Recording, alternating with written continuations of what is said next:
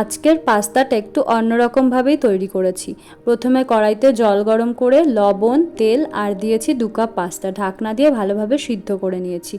আর একটা কড়াইতে নিয়েছি তেল, দিয়েছি পেঁয়াজ, রসুন, আদা কুচি, লঙ্কা কুচি আর দিয়েছি টমেটো।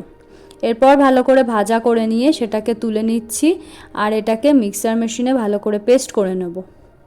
এবার দিচ্ছি কড়াইতে তেল, দিয়ে দিচ্ছি ওই পেস্টটা, দিচ্ছি লবণ, হলুদ, গোলমরিচের গুঁড়ো, লঙ্কার গুঁড়ো দিয়ে ভালো করে মিশিয়ে কষিয়ে নেব।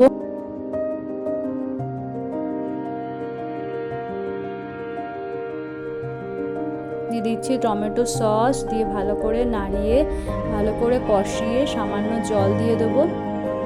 এরপর আগে থেকে সিদ্ধ করে রাখা, জল ঝরিয়ে রাখা পাস্তা দিয়ে দেবো। ভালো করে মশলার সঙ্গে মাখিয়ে নেব। ব্যাস, পাস্তা রেডি। ওপর থেকে একটু চিজ আর ধনেপাতা দিলে আলাদাই টেস্ট হতো। উপর থেকে টমেটো সস দিয়ে পরিবেশন করেছি।